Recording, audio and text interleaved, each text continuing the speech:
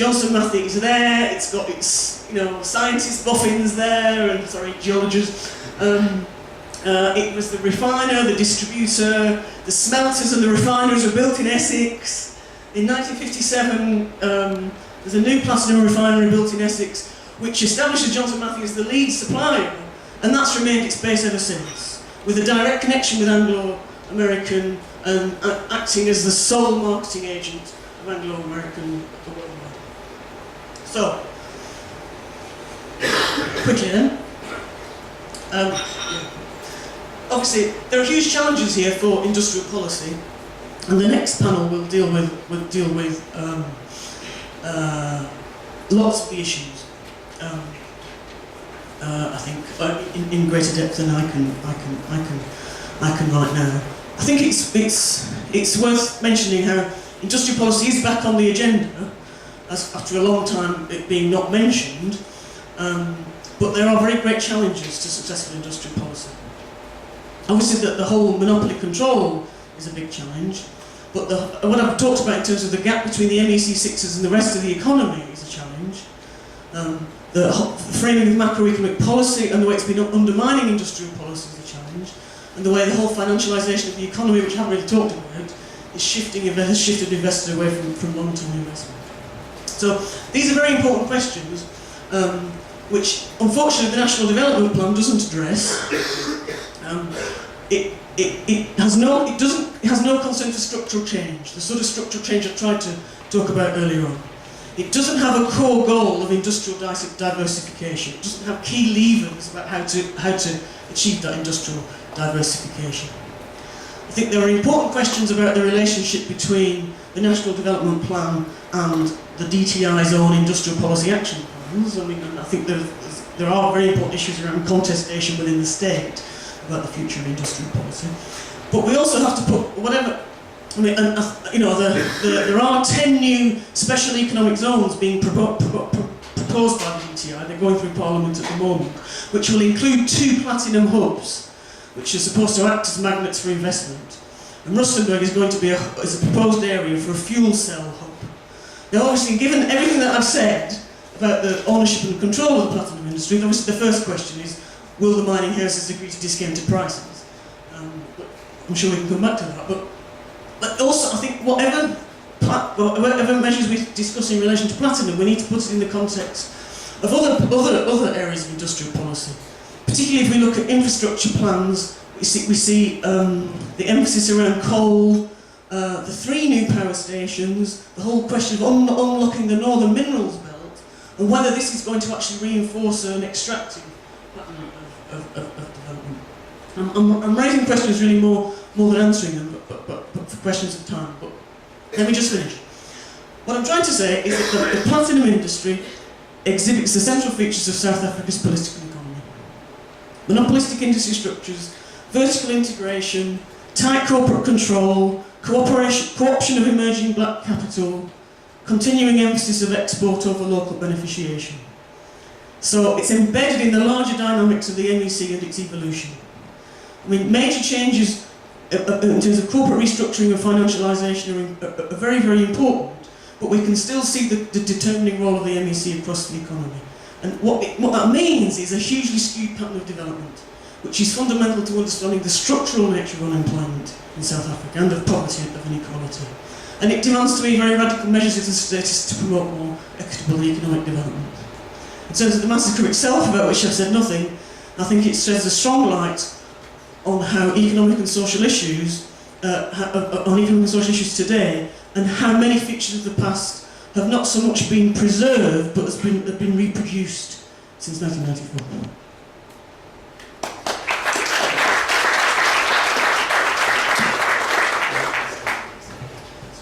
Thanks, Samantha, particularly for keeping to time. I'm sorry if I pushed you to finish earlier.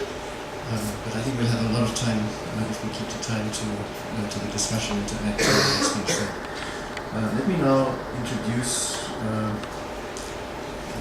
Gavin Capps, who received his PhD in development studies from the London School of Economics. Oh, sorry. Yep.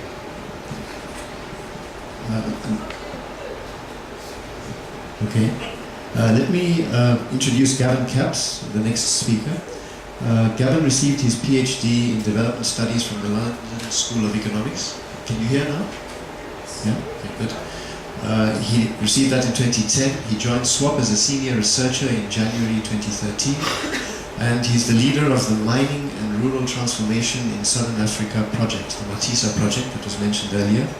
It's a 6-year research program funded by the Ford Foundation, and he's also the co-convener of the Mining and Social Transformation Research Cluster in SWOP. His current research investigates and seeks to connect 3 thematic areas, very central to the colloquium. The first is the political economy of the platinum mining industry. Secondly, the formation of tribal land and political relations in South Africa's racial capitalist development. And thirdly, the contemporary dynamics of rural class differentiation and struggle in the mineral-rich areas of the Northwest and Limpopo provinces. Gavin was previously a postdoctoral research fellow at the University of Cape Town, and he's taught development studies at the London School of Economics, SOAS, and the Open University, the University of Central Lancashire. He's currently working on a book-led study of the political economy of the Bafokeng chieftaincy in South Africa's democratic transition, based on his PhD and subsequent research, and is acting as an expert witness for the Legal Resources Centre in the major community land claim against the Bafokeng chieftaincy. I think with that, let me ask Gavin to take us into his presentation. Thank you very much, Sav. And thank you to Sam for that excellent paper, and also as well to Dunbar and Ray for the comments beforehand. And what I'm going to try and do in this paper is kind of connect the bigger picture which Sam has sketched out about the minerals energy complex, in which the platinum industry is located as a subsector, and is therefore subject to the broader tendencies and trends and contradictions of the MEC in the way that Sam has sketched. To do that on the one hand, but also to link it to what is specific about platinum, the kind of features which Dunbar has highlighted in his introduction. And the way in which I'm going to do that is to pick up on a lesser-known contribution of Ben Fine, a contribution he wrote to a general theory of mining, first published in 1992 and subsequently again in 1995.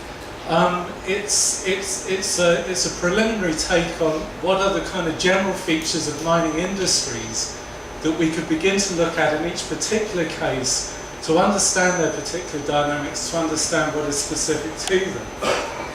And one of the things which Fine highlights within that paper, which is so important here, is the relationship between, on the one hand, the accumulation dynamic of a given mining industry, and on the other hand, the system of landed property that conditions its access to mineral resources.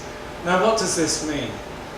What it means is that if we suddenly discover platinum underneath the ground here at Wits, Anglo Platinum, or Impala, or Lonmin, or one of the other big mining capitals that want to get their hands on that resource, can't just rock up here and establish a mine, as much as they would like to do so. First of all, they've got to give Adam Habib a ring, and they've got to have a chat with Adam, and they've got to see whether it's possible, with him acting as a kind of, as the owner of Wits in this case, as the landlord, for him to give permission for them to access this resource, which is under the ground, which Wits controls as a landowner. And clearly, using this example of a landowner is quite different, of the university of a landowner is quite different to, say, a farmer as a landowner, and it's quite different again to a tribal authority as some form of landowner. In other words, the form that land ownership takes, the form that landed property takes, varies. And it varies historically. It's something which is historically given and shaped by particular trajectories of development, by particular sets of property rights and relations and property law. And this clearly has a very, very big implication for mining companies, because if it so happens that Adam Habib is a rather hard-nosed kind of person, as I suspect he is, and he has very, very strong property rights in this piece of ground and the minerals underneath it, he has the right to say no. And therefore accumulation won't happen at all, because production won't happen at all, because the mining company can't get its rights in the resource at all. However, if the property rights of bits in this piece of ground turn out to be rather weak for historical reasons, then it's a bonanza for the mining company, because it can get its hands into the resource cheaply, and the amount of rent that the university will be able to charge it for extracting that resource is going to be lower, or perhaps not consequential at all. So these then are factors which really affect the accumulation dynamic of given mining industries, and they're affected in the other way, which is precisely of rent, because rent is an extraction of a proportion of the surplus value of the profits which are generated by the mining company. And obviously the greater rent that the landlord commands, the more onerous this is going to be on the mining company. So mining companies are going to do everything they can to try and avoid high rents. And when it comes to that ground rent, when we're talking about mineral property and mineral resources, the name of that ground rent is royalties, and we'll be coming back to that in a moment. So to sum up then, this is an analytical approach. It's saying this: the particular form and content taken by landed property, something which is historically given, has a more or less favourable impact upon the accumulation of capital, both as a potential promoter of and barrier to access to the land.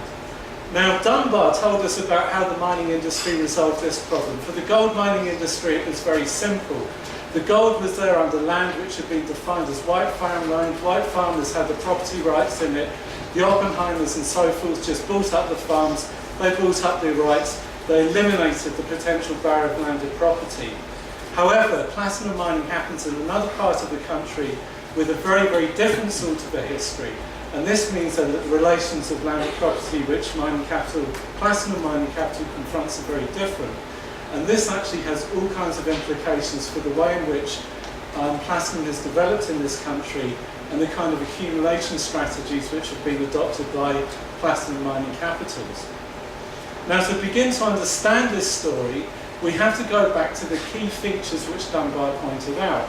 And as with every mining industry, we must begin with geology, because it is the naturally given geology of a resource which is going to set the limits on how the mining company is able to set up production, the kind of production techniques it can get into. But because those resources are naturally given, some are going to be richer than others. And clearly, if you're sitting on top of a very rich seam, you're going to make a lot more money than if you're sitting on top of a very, very poor one. So geology really matters across a whole number of terrains. And the geology of the platinum mining industry in South Africa is, of course, as we all know, 88%, an incredible 88% of the world's known platinum group metals are concentrated here in South Africa. And they're concentrated in a giant geological formation called the Bushveld Complex. The Bushveld Complex spans an area of 66,000 square kilometres. It rises in three limbs, as they're called. These are the three limbs behind me. There's the western limb there, there's the eastern limb there, and there's the northern limb above. This is where the platinum really starts to outcrop on the surface, and this is where, at given levels of production and technology, it can be profitably mined. Now, the western limb rises primarily in what is now the northwest province. The tip of it goes into Limpopo, the bottom part of it goes into Gauteng. The northern limb is completely up, the top there is completely within what is now Limpopo. Most of the eastern limb is running down Limpopo and it moves into Mpumalanga. So now we know where the platinum is. This isn't just South Africa's platinum, this is the world's platinum. This is where it's located. Absolutely critical. Because the platinum producers, you would have thought, would have been pretty happy with this in South Africa. Fantastic, we've got the world's platinum resources. But actually this has given them one hell of a headache. And the headache historically has been, since the development of the industry in the early 1920s, the global demand for platinum has actually historically been pretty low. Platinum historically has been used in a fairly limited range of industrial and other applications. And they're ones where the demand can quickly drop away depending on the broader health of the world economy, and also as well where often that platinum can be substituted for something else. So this means then that the end users of platinum in the global economy are highly sensitive to price. And that price sensitivity comes at a real cost to platinum producers, because getting the stuff out of the ground, digging it out, as Dunbar was saying, is relatively easy. Platinum mines only go down to about, at a maximum now, about 1900 metres. That's nothing compared to deep level gold mining here, and a lot of it still outcrops in the surface, so it's relatively easy to get the ore out of the ground. But then to extract the platinum from the ore, to extract the PGMs, is a different story altogether, which requires massive concentrations of capital in very complex industrial chemical processes. So this means then that the platinum producers have had two kinds of problems. On the one hand, they're having to all the time make sure that the price doesn't run too high in platinum, because otherwise the end users will move into some other commodity which they can use. For example, rings, you could use gold instead of platinum. Or alternatively, the other problem they've had is that because the amount of demand in the world economy has been fairly low, that means that actually they're potentially going to run into problems of oversupply. They could produce too much. So the problem with platinum has always been not to produce too much, but when the price goes up, to produce as fast as you can to get the price within the limits for which global demand is set. So that's actually a very, very delicate relationship then between the geological conditions of platinum production in South Africa and the world market conditions of platinum production in South Africa. And to finesse that relationship, the platinum mining corporations have developed a strategy of trying to control the resource base, trying to control the mineral resources which are in South Africa, trying to make sure that nobody can get hold of them, so that they can more or less regulate the rate of global supply to regulate the world price by regulating competition. And of course, because you've got all the platinum here, you can do that if you can stitch up all the rights to the platinum. And this was historically what the producers under segregation and apartheid did. They had a mineral property regime, a regime of landed property, which allowed them to secure rights in the platinum reserves in South Africa, and basically to sit on them and not to use them until world market conditions were favourable, and also at the same time to stop anybody else coming in and from mining them, which would have then led to problems of oversupply.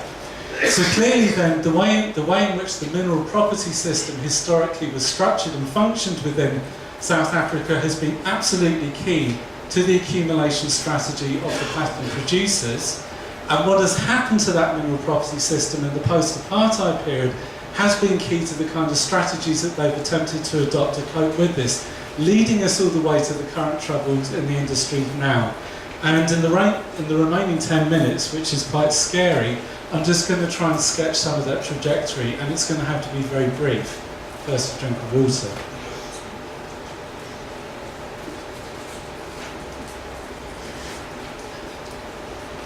We began by talking about where these reserves are located, and we've talked about the massive concentration of minerals, of platinum group minerals in South Africa.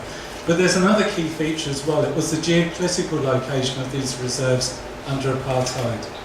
And as Dunbar mentioned, and to take it further, another key striking feature about the platinum mining industry, which completely differentiates it from gold, is that the bulk of the western limb, this side, during the homeland period, rose within what was Bophuthatswana. It fell within the Bophuthatswana Bantustan. And on this side, the northern and eastern limbs fell within the two major fragments of the Leboa Bantustan. And the systems of landed property within these Bantustans, of course, were completely different to those prevailing within white South Africa, and which would have been confronted with mining companies operating within white South Africa. And to cut a long and complex story short, the access of mining companies, of the big platinum producers, to the reserves in these homeland areas was greatly assisted by, on the one hand, what was general to the apartheid mineral property regime and what was specific to the property regimes within these Bantustans. The generalities included things like Within South African mineral property law, mineral rights could be separated from surface rights. So you could own the mineral rights, but you could have a separate surface rights holder. So you could buy up all the mineral rights for an area, regardless of who was on top of it. Also as well, mineral rights could be the property of either private individuals, farmers or corporations, or alternatively they could be held by the state. They could be in some form of public ownership. And finally, that public and private distinction closely mapped the contours of the racial order, where in white South Africa, mineral rights were generally defined as a private property, usually the farmers who sat atop those mineral rights if they hadn't been severed. But of course, within the former Bantustan areas, they were the property of the state. They were the property of state trust, set up in complex relationships with local chieftaincies and also with the larger apartheid state as well. And we haven't got time to break that down here. But what it meant for the platinum producers was they were generally able to do deals with not just local chiefs, but particularly with, at the level of the homeland regimes themselves. And they were able to stitch up the mineral rights within these mineral-rich areas. And so you had a situation where Rustenburg Platinum Mines, which was a forerunner of Amplats, for example, practically controlled the whole of the mineral rights, moving up through the eastern limb and into the northern limb through the agency of a Bantustan trust called the Laboa Minerals Trust. Impala had its chunk within the Bafokeng area, Lomin had its chunk within the Bapa-Mahali area, within Bophuthatswana, and that also being mediated by the homeland state. Okay, fast forward now to the democratic transition. Big problems for the platinum mining companies. There's a system of mineral property here which really suits them. And it's a system of mineral property which is completely and utterly bound up with the geopolitics of the apartheid state.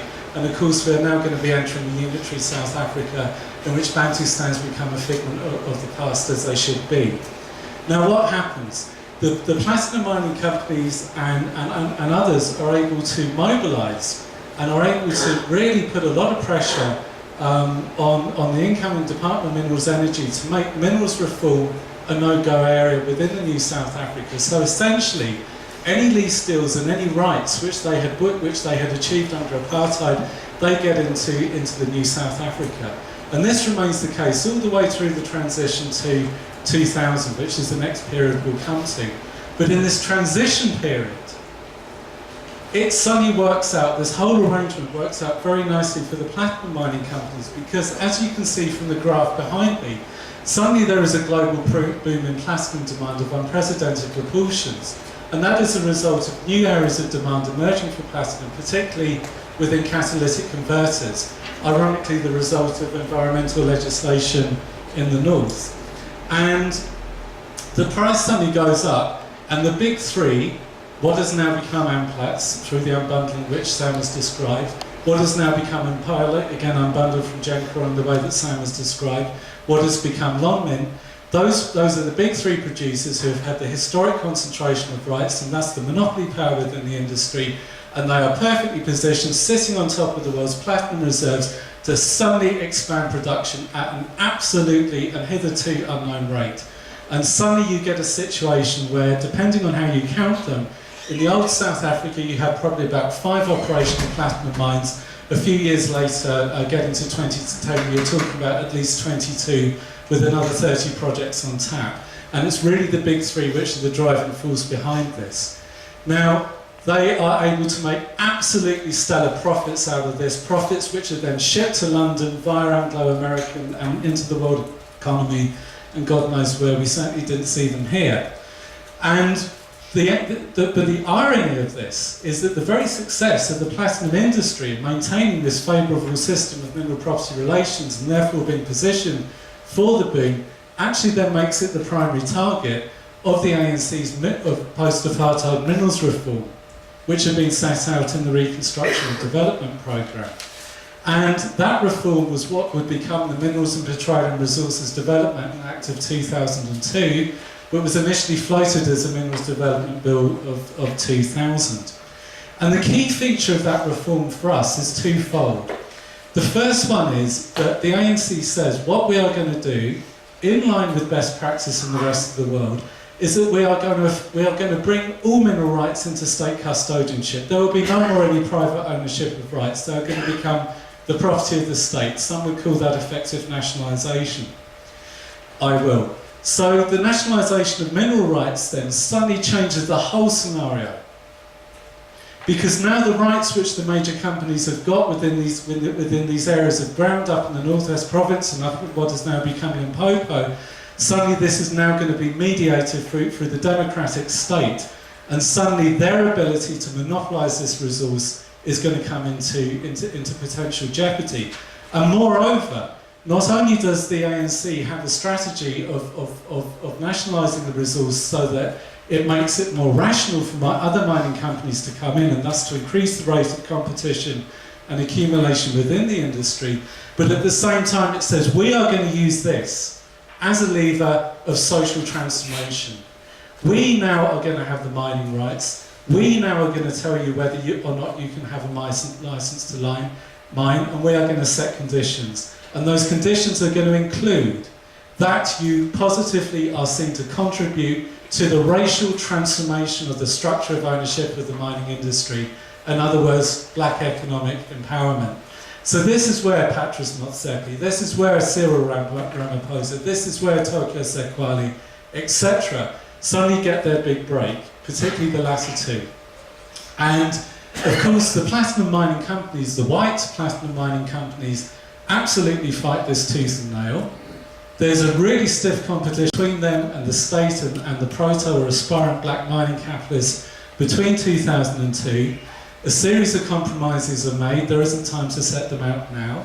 But it actually leads to a situation where Anglo Platinum has to give up quite a chunk of its rights. Sorry, the diagram's moved, but the Anglo has to give up quite a chunk of its rights on the northern and eastern limb, opening the ground for new players. It has to enter into joint ventures with aspirant black capitalists. That, for example, is how Patrice Motsepe got his 50-50 on the Madikwe platinum mine. And also, as well, it has to release rights which can then go to other players. And so new players begin to enter the industry. But at the same time, Anglo Platinum and Impala and Lonmin, because they are seen to fill the social conditions of the new licensing system, are still able to retain the bulk of their rights and still remain the major players today. And I think this continues to be a very, very big bone of contention. But what does all of this mean, this sketch? What does all of this mean in terms of what's going on in the platinum industry now? Well, we know in January, of course, that Amplats announced an absolutely horrific job closure program, which was going to include shutting down some of its Rustenburg operations. But look closely at what Amplats actually said it was going to do. It didn't say, these mines are useless, these mines are unprofitable, and we're going to sell them off to somebody else. Rather, what it said was, we are going to put these mines on care and maintenance. In other words, we are going to keep these mines ticking over so that we can take a load of platinum out of the world market, so that we can get the price back where we want it again, where our shareholders think it's going to be profitable enough again. And once it's where we want it, and once that imbalance between global supply and demand comes, we will bring those mines back onto tap. So in other words, this is a historic strategy of the platinum producers which is being replayed here. The ability to switch production on and off, not just in response to global changing market conditions for platinum, but actually to shape them as well. And when you get a player like Anglo Platinum, which alone controls 40% of the global platinum's market, this gives it enormous power almost as a market regulator. But there's another side to this strategy too. If one is opening and shutting mines because of one's continued control of the minerals base, but albeit under new conditions, one also needs to have a system of labour where you can bring workers on and you can bring them off when you turn on or decide to turn off the tap. And this is where the continuity, but also changes within it of the migrant labour system have continued to work so well for the platinum mining industry, and also the highly casualised, highly volatile, highly informal forms of employment as well, which are coming in through contractors and brokers. And essentially what it means is then when the mining company is facing a crisis of profitability, it can shut down the mines and it can force its crisis into a crisis of mine workers and the areas where they come from by laying them off. It can turn its economic crisis of capital into a social crisis of labour. So there's a distinct then relationship between what has happened between landed property, what has happened between accumulation, and what has happened between labour historically within the platinum mining industry, but the conditions under which that have happened have changed. They have become increasingly difficult for the platinum producers. New entrants have come in as a result of the MPRDA. It has reduced their ability to control supply. And if you remember, what was the thing that the ANC said to Anglo Platinum when it announced its job closures in January? The bluster and the threat was this: if you do that, we're going to think about taking away your mine license. So suddenly here then is this lever, or this large stick being waved in front of the mining companies, which didn't exist there before. So the continuation of an old strategy under new conditions, and I would say perhaps the most fundamental element of this, of course, is the mine workers themselves. Where before, particularly under apartheid, it would have been possible to hire and fire on a mass scale as market conditions dictate. Now we are facing a new wave of labour militancy, which may make that a lot harder. So there is an awful lot to play for in the new platinum mining industry of the new South Africa.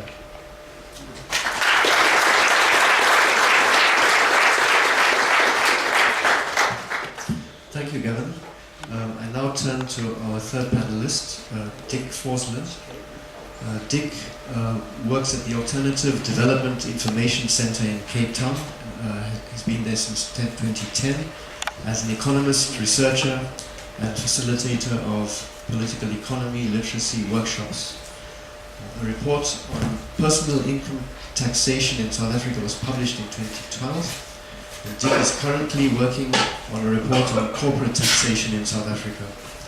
The paper he's presenting on London builds on a report done for the Benchmarks Foundation. And Dick graduated from Stockholm University School of Business in 2008.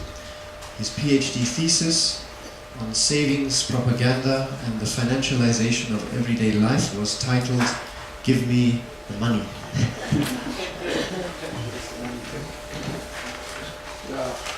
Over to you, Dick, when you're ready. Money it's all about, isn't it?